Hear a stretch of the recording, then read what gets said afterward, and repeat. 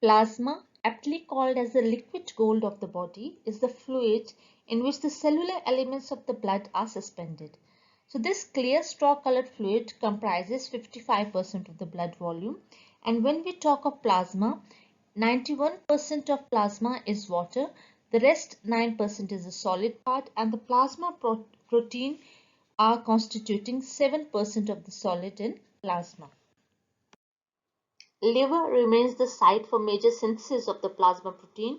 Essentially all the albumin and fibrinogen are synthesized in liver. For globulin, 80% may be synthesized in liver. The remaining is also synthesized in lymphoid tissue because we are talking about the gamma globulin or the antibodies. So the rate of protein formation is 30 grams per day. And these plasma protein are also known as the reserve protein or the labile protein, which act as a storage for certain conditions, for example, fasting, inadequate protein intake, or excessive catabolism of the protein. So what happens whenever there is a state in which there is depletion of proteins by the tissue, the plasma protein by itself will act as a source of replacement. They will be taken up by the tissue, broken down into amino acids, and then amino acids will again come back into the circulation, and then it can be utilized throughout the body for the general protein storage. The normal plasma has a protein concentration in a range of 6 to 8 grams per 100 ml of plasma, and if we consider every protein which is present in plasma, it may be 100 different type of proteins which are present, functioning as enzymes, as hormones, as transport proteins, then maintaining the osmotic pressure, as clotting factors. But in order to simplify, we will consider the plasma protein which are present in significantly higher concentration. So we have three major proteins, that are albumin, globulin, and fibrinogen. So albumin is comprising approximately 60% of the plasma protein, globulin is 35%, and fibrinogen is 4%. The ratio of albumin and globulin is very important. It is approximately 1.7:1, and it is useful in various diagnosis of various clinical conditions and diseases. There is physiological variation of plasma protein, and if we talk in an infant and an old man, the level will be different. We know that the total protein is low in infant, and same goes for the elderly age, but the type of protein in an infant that is low is globulin, whereas in adult the albumin level is decreased because of decreased functioning of the liver. In pregnancy, the early 6 months, we have decreased level of albumin and globulin. However, fibrinogen level are high. So there is increased tendency of blood clotting in pregnant female if there is susceptibility to DIC. The pathological variation in concentration of plasma protein is seen in various disorders. For example, in dietary deficiency, the liver diseases, hemorrhages, multiple myeloma, even renal diseases. So they can be classified into two main categories. One is hyperproteinemia and hypoproteinemia. As the name suggests, hyper means increased level of plasma protein, whereas the hypoproteinemia means decreased level of plasma protein. So you can classify these. So when we talk about hypoproteinemia, it is nothing but a decrease in the level of plasma protein. The decrease may be due to the decrease in synthesis. For example, if there is a decrease intake of dietary protein, or there is a liver disease, for example in cirrhosis, where the ability of liver to synthesize the liver proteins, the plasma protein is decreased. Then we have renal diseases in which the excretion of plasma protein is increased, and one of such example is nephrotic syndrome with increased permeability of the capillaries because of its destruction to the protein and loss of protein. So the loss can be more than even 40 grams per daily in severe condition.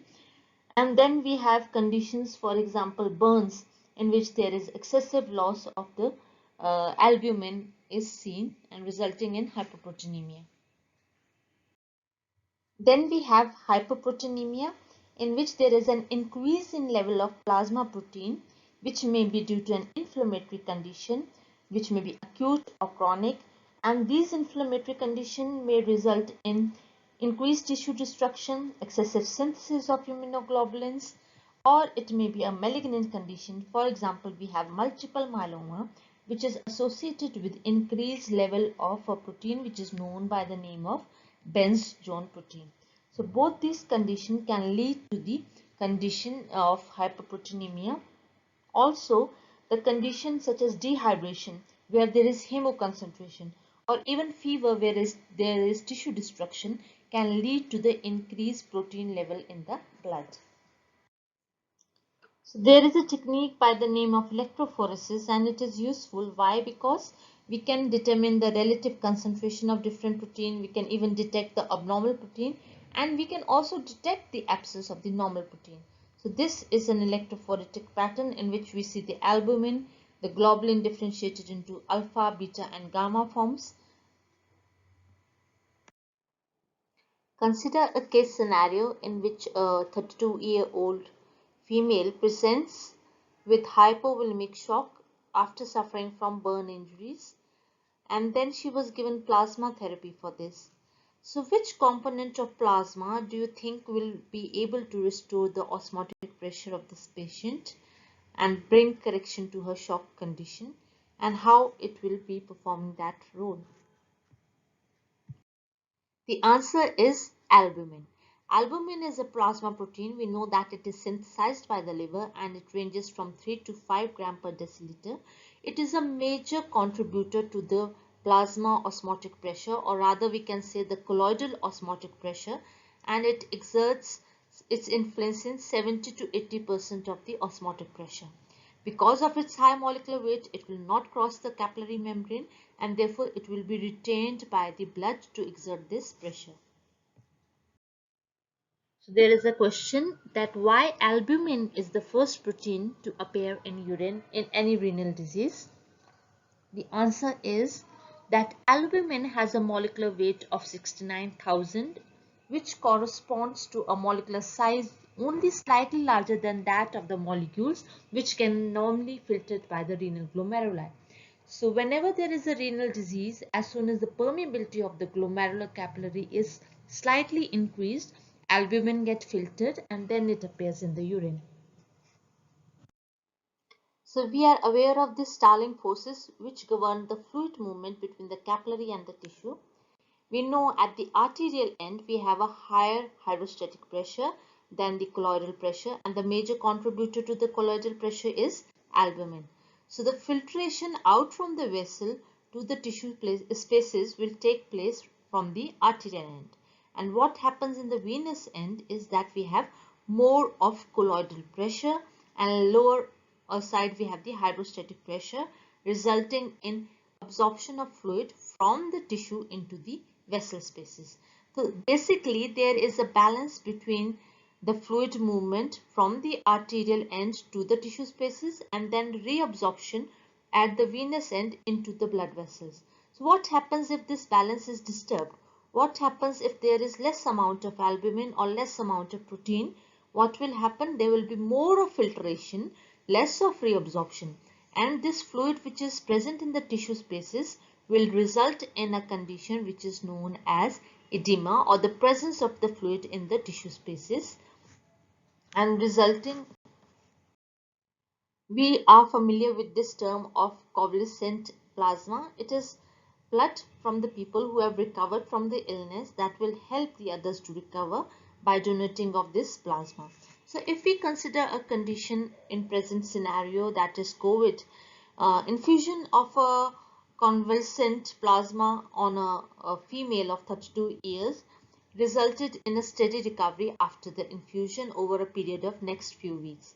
So which component of the plasma or which plasma protein do you think is responsible for mediating this recovery, and why? The answer to this will be globulin. Why? Because globulin is a protein which is produced by these B lymphocyte predominantly, and it is responsible for the defense mechanism, that is production of antibodies. The globulin as such can be categorized into different subsets of globulin proteins. They may be IgG or immunoglobulins, then there may be lipoproteins, transferrin, haptoglobulin, cytoplasmin, and different categories of these proteins. So globulins can be further classified into different forms of globulin, as we can see here, and each form is performing a specific role and specific function which is different from the other globulin which is present. If we talk about transferrin, as the name suggests, it is involved with the transport and storage of iron. Haptoglobulin, it is forming a stable complex with hemoglobin. Then ceruloplasmin, it is concerned with binding, transport and storage of copper. A deficiency of this ceruloplasmin can result in defective transport of copper, and we know the disease is by the name of Wilson's disease or the hepatolenticular degeneration, in which the liver and brain are damaged because of the high level of free copper. Then we have immunoglobulin. We know that they play a role in humoral type of immunity.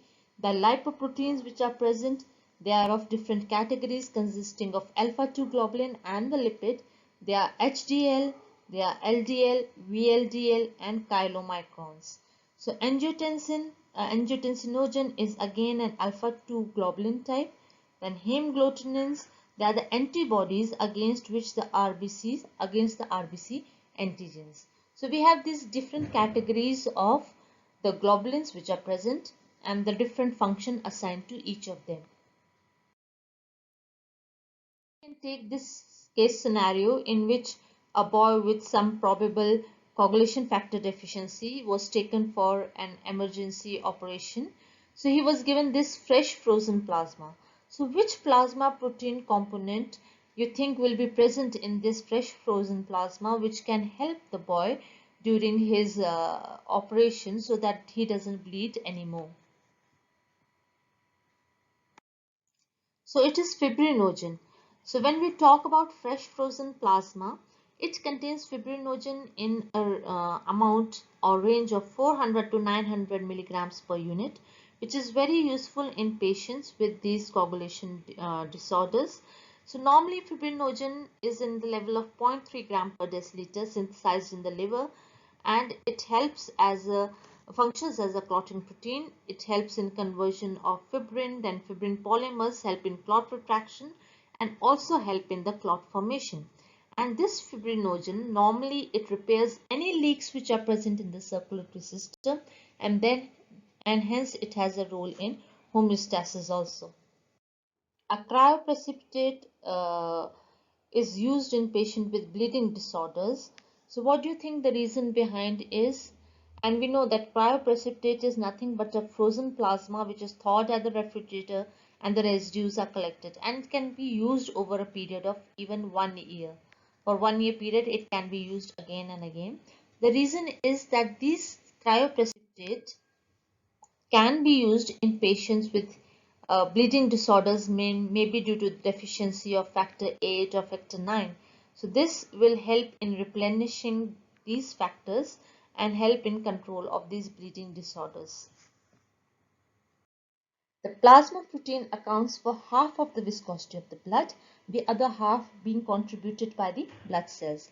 One of the characteristic points of this viscosity is that it is more dependent upon the shape of the plasma protein rather than its size.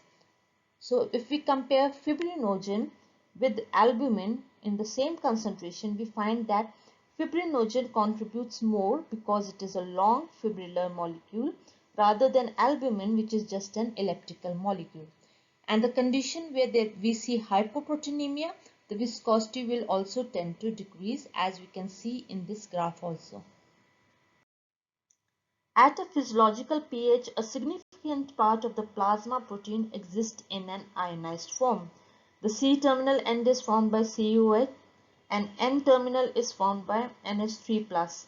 So they can act as buffer, contributing 15% of the blood buffering capacity because of its amphoteric nature, meaning thereby that at alkaline pH, the COH will act as an acid, and at acidic pH, NH2 will act as a base, and this will then accept the proton and convert into ammonium.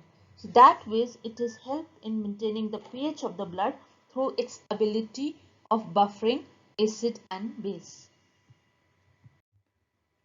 Now the hormones and several small molecules which in plasma, if they will travel by themselves, they may get filtered out in the renal glomerulus and get excreted out in the urine. This wastage is prevented by binding these to plasma protein. For example, specific binding protein known as thyroxine binding globulin or cortisol binding globulin exists, which binds to these molecules and increases their half-life and biological functions. Similarly, we have transferrin for iron, ceruloplasmin for copper, which help in transportation of these substances, hormones, and even the smaller molecules, the free fatty acid and unconjugated bilirubin. The synthetic plasma protein are very useful in different category of patient. For example, albumin can be used in patient with shock, maybe the hypovolemic shock. The globulins can be used in patient with immune system compromises, and it can be used in production of antibodies as we have seen in COVID-19 patients and patients with immune disorders. Then fibrinogen can be used in patients with coagulation disorders, disorder with the bleeding system. So these can prove helpful in these situations.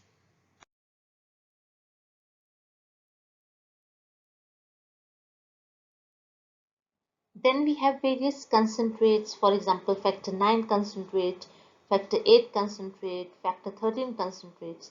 So they are useful in treating patients with inherited bleeding condition. For example, factor 9 can be used in patient of hemophilia. Then we have antithrombin concentrate, which helps in prevention of blood clots during surgery or even childbirth. Then certain immunoglobulins are there which are administered in, to protect against or provide immunization against hepatitis A, measles, polio, or even certain intravenous immunoglobulins are there used in treatment of primary immune deficiency disorder.